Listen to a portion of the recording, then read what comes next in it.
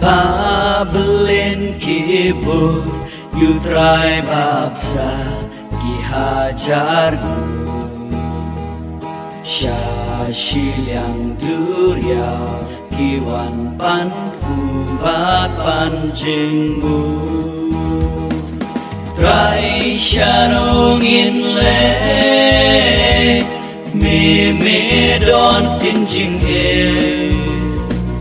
Bat ngingej melo Kristu kuruple Om te Moses uong Utrai baai jimsanane Dei upajonga Maayu ushishana ple Trai sharongin le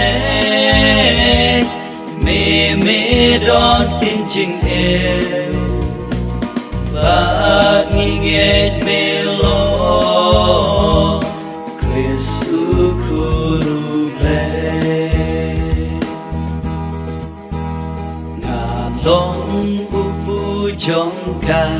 Jing im uba Wan hiar na ple Jar babam dune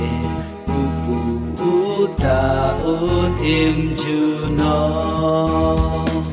Trai sharongin le Mimidon tinjing Bat ngingej melo Kristu kuruble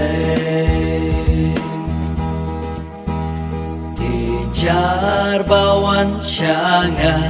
Unom tnganja Unom tnganku Jar bangej hanga Shisha shisha unom sliang shu Trai sharongin le Mimidon tinjing Bat ngingej melo Kristu kuruble Kado jonga kalong Jenbam kasnam Jendi shisha Jar babam badi Usahanya ngapar habu Trai sharongin le Mimidon tinjing